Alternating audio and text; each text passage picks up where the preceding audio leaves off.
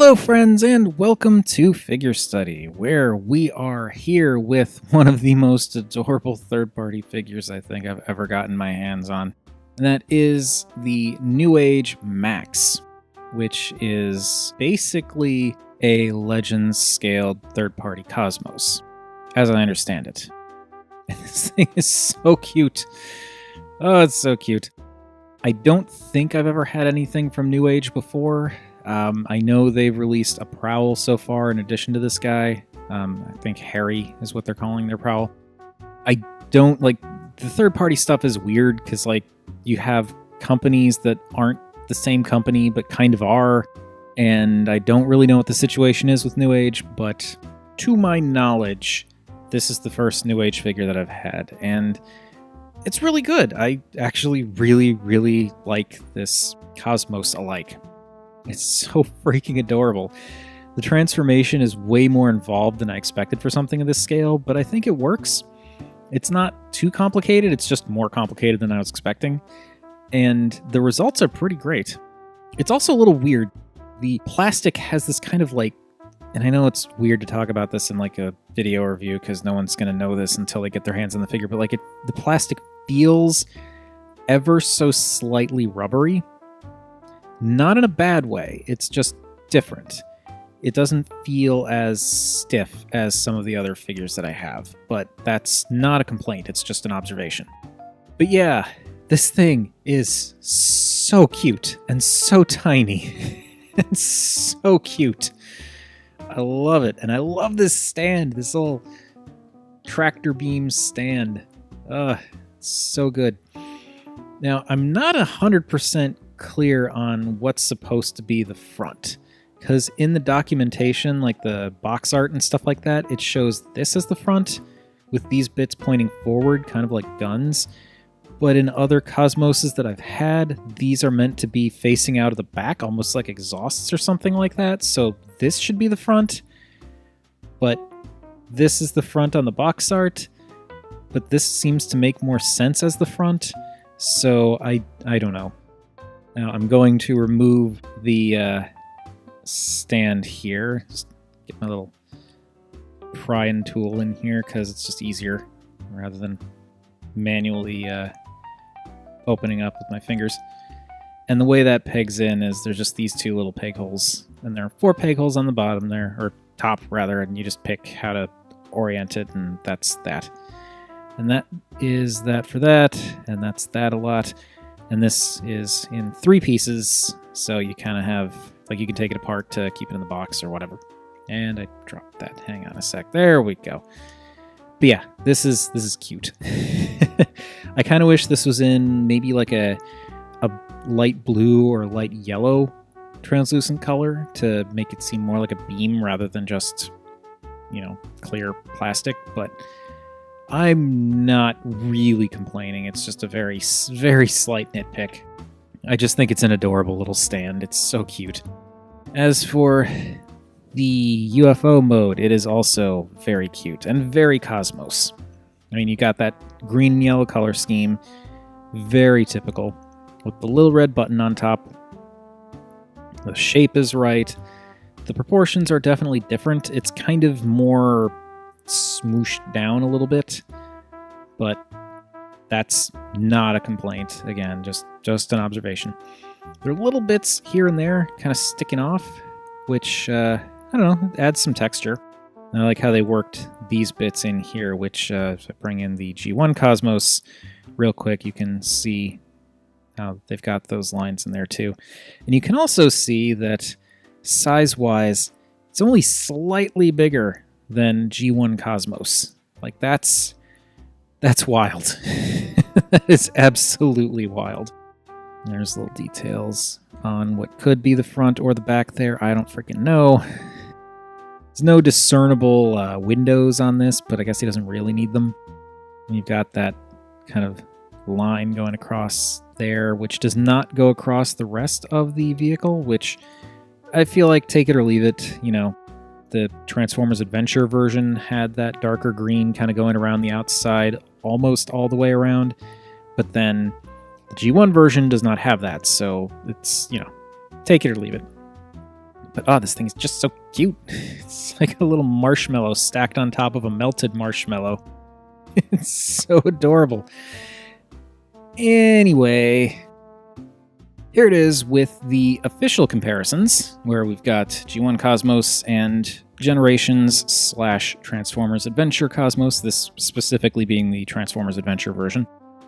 I don't have the other Legends Cosmos. I forget which one that was, like maybe it was Classics. I don't have that one, and I really don't want it that much because it doesn't look that great, so I can't do a comparison there. But yeah, you can see this guy is very squat. He's a little bit taller than Generations Cosmos, but way smaller in terms of overall ship diameter. So there is that. Here he is being positively dwarfed by Toy World Space Racer. Though the design cues are very similar here, the only real differences being the color, obviously, and the guns on the front there. But like as far as the general details go, like the shape is almost the same. You've got the green and yellow, or in this case, a kind of pine green and gold with like the little red button on top. Fronts, if those are the fronts, look very similar. A lot of similarities. And of course, we can't do this without our mainstays. So there's there's Max being kind of dwarfed by a Siege Deluxe. And here he is being even more dwarfed by the Duck Tank. And that is going to do it. So, without further stalling for time, let's turn this super adorable little UFO into a super adorable little robot.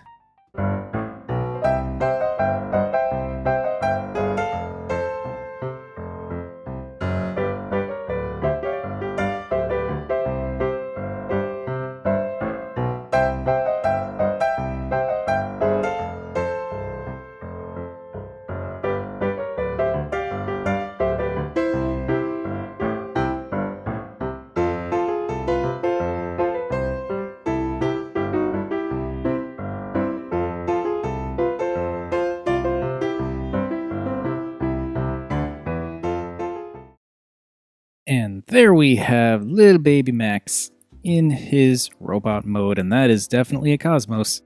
And he's got the kind of rotund belly, the green and yellow color scheme, of course, yellow legs, green feet, yellow arms, but like a little green on the outside, and of course, the red bucket head with the yellow face.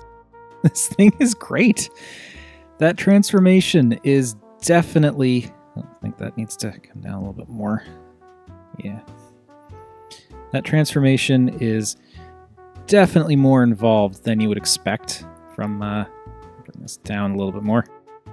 Definitely more involved than what you'd expect from something at this size, but not overly complicated. I'd put this like maybe slightly above Iron Factory's Burning Slug in terms of complexity. The only real sticking points that I have in terms of the transformation, and not sticking points, but I guess nitpicks in terms of things that like maybe could have been figured out a little bit differently, is specifically kind of the way you have to work the entire torso up over the arm assemblies that end up tucked on the inside. Like, I think it's great how that kind of fits in there, fills in the torso, kind of shifts things around a bit. So it does a good job of kind of hiding certain bits of the vehicle mode and revealing certain bits of the robot mode, but it's a little awkward because you have to like position the arms in such a way so that you can kind of get everything over, but then you have to bring the arms out as well to make sure that there's kind of space for everything else. And it's primarily this bit right here, like how this bit kind of folds in and these kind of have to go under the armpits. It's not bad. It's not bad by any means. It's certainly not impossible, not even what I'd call difficult, but it's something that you do have to do once or twice to really kind of get a feel for it, because it can be a little bit tricky.